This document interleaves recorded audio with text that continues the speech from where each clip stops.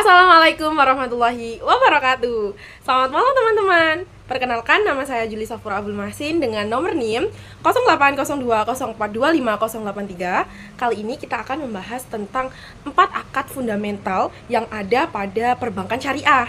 Apa sih akad-akad itu? 1. Akad mudharabah. 2. Akad musyarakah. 3. Akad rohen. 4. Akad qard.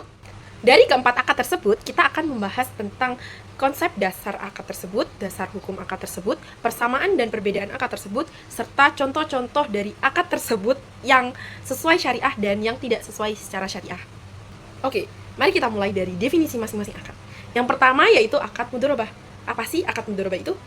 Akad mudharabah adalah akad kerjasama antara pemilik modal yang biasa disebut dengan shahibul mal dan dengan pengelola usaha atau yang disebut dengan mudharib.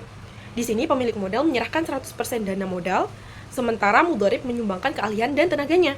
Keuntungan akad ini akan dibagi sesuai nisbah yang telah disepakati di awal akad.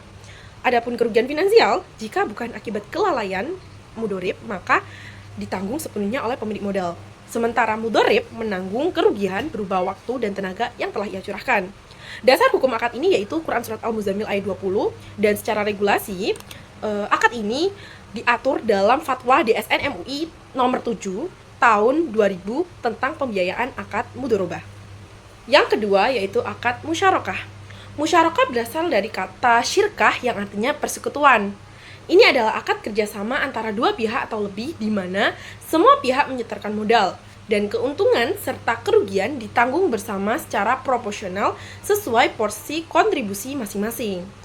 Dasar hukum akad ini yaitu Quran Surat Shad ayat 24, dan regulasi akad ini diatur dalam Fatwa DSN MUI nomor 8 tahun 2000 tentang pembiayaan musyarakah. Yang ketiga adalah akad rohen. Rohen secara bahasa berarti tetap atau tertahan. Secara istilah, rohen adalah akad menjadikan suatu barang sebagai jaminan marhun atas utang marhun bih yang dapat diambil alih apabila utang tidak terlunasi. Yang membedakan rohen dari gadai konvensional adalah dalam rohen, biaya yang boleh dikenakan hanyalah ujroh. Apa sih ujroh itu? Ujroh yaitu biaya penitipan dan pemeliharaan barang jaminan, bukan bunga atas nilai pinjaman.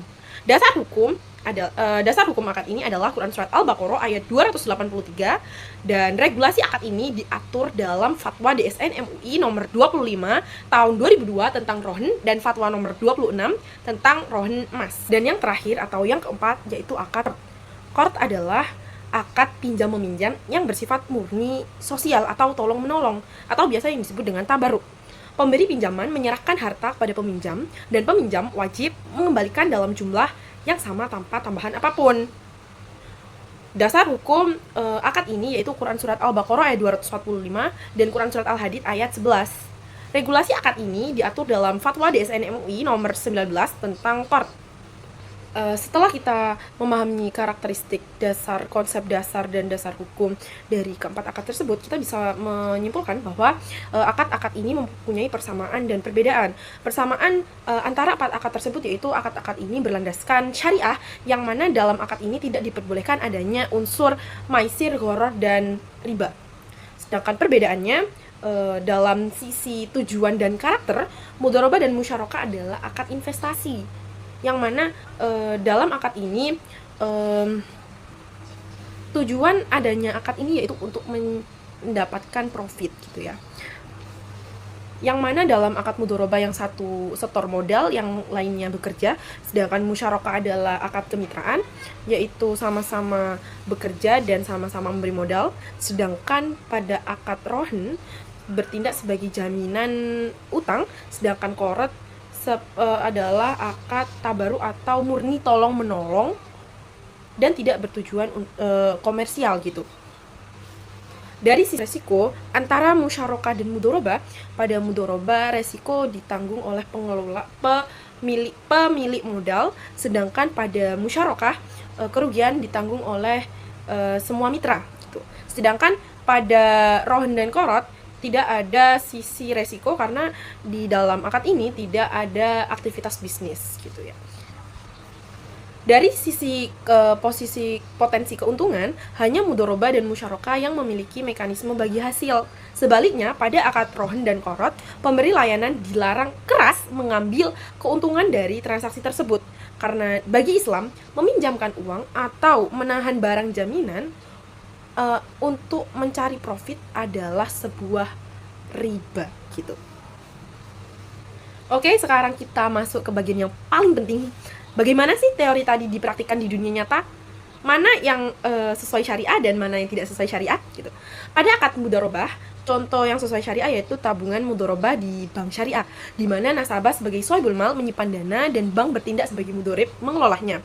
Keuntungan dibagi sesuai kesepakatan di awal. Misalnya 60 buat kita, 40 buat bank. Jadi kalau bank untung besar, kita juga dapat bagi hasil yang besar. Karena bagi hasil itu berdasarkan kinerja perusahaan tersebut gitu. Begitu pula sebaliknya.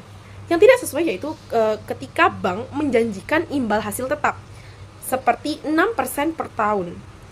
Jika hasilnya dijamin tetap, maka itu bukan bagi hasil. Dia bisa dikategorikan sebagai riba. Ini juga ditegaskan dalam fatwa DSN MUI nomor 7 yang menyatakan bahwa lembaga keuangan tidak boleh menjamin pengembalian modal seluruhnya kepada sohibul mal, apalagi menjamin keuntungan yang tetap. Musyarakah yang sesuai yaitu misalnya saya dan teman saya sepakat untuk membuka coffee shop baru ya. Saya modal 50 juta, teman saya juga modal 50 juta. Ketika sepi dan kita merugi, maka kerugian itu juga akan dibagi setengah seperti porsi modal kita di awal gitu ya. Tapi jikalau kita untung, maka juga pembagiannya juga sama seperti kesepakatan tadi. Kalau kita baginya setengah, maka ya porsinya setengah gitu. Contoh yang salah yaitu ketika akad musyarakah tapi kita bilang ya nggak apa-apa kalau bisnis ini rugi, aku pokoknya tetap mau keuntungannya, aku nggak mau untuk nanggung kerugiannya gitu. Oke gitu. Sikap ini jelas menyalahi fatwa DSN MUI nomor 8 yang menyatakan bahwa dalam musyarakah keuntungan harus proporsional sesuai dengan kontribusi kita masing-masing dan kerugian ditanggung bersama seperti itu. Yang ketiga ada akad rohen. Akad rohen yang sesuai yaitu ketika kita menggadaikan, contoh ya, ketika kita menggadaikan emas di pegadaian syariah, biaya yang kita bayar adalah ujroh atau biaya sewa tempat untuk menitipkan emas tersebut. Jadi bayarnya bukan karena nilai pinjaman, bukan karena kita meminjam pada pegadaian, namun kita membayar biaya jasa penitipan. Yang tidak sesuai adalah lembaganya yang berlabel syariah atau pegadaian syariah tersebut menarik biaya 22% per bulan dari total pinjaman kita gitu. Padahal fatwa DSN MUI nomor 25 melarang keras kita untuk menentukan biaya berdasarkan jumlah pinjaman karena itu termasuk riba gitu. Dan yang terakhir yaitu contoh qard yang sesuai secara syariah seperti contohnya program Qadrul Hasan di BMT. Pinjaman tanpa bunga untuk anggota yang membutuhkan modal usaha kecil. Peminjam hanya wajib mengembalikan pokok pinjaman. Biaya administrasi real seperti biaya cetak dokumen dan lain-lain boleh dikenakan tapi nilainya kecil dan tidak disesuaikan sesuai peminjamannya. Jadi kayak apa ya, adminnya itu tetap gitu loh, admin tetapnya gitu. Akad qard yang tidak sesuai yaitu apabila pinjaman ini ada syaratnya seperti peminjam wajib membeli produk dari lembaga dengan harga yang sudah dinaikkan atau diwajibkan memberi hadiah atau imbalan yang sudah disyaratkan sebelum akad ditandatangani.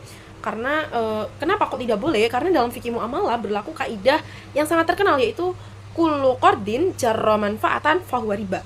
Setiap pinjaman yang menarik manfaat bagi pemberi pinjaman adalah riba. Selain itu, fatwa DSN MUI nomor 19 juga menegaskan hal yang sama.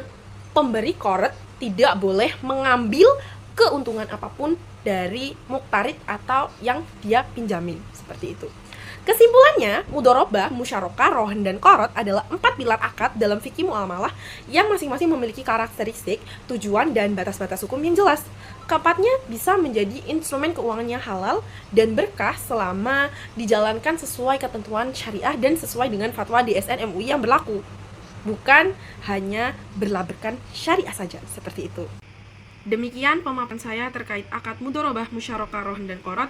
Semoga video ini bermanfaat dan mohon maaf apabila ada salah tutur dan kata. Wabillahi taufiq wal hidayah. Wassalamualaikum warahmatullahi wabarakatuh.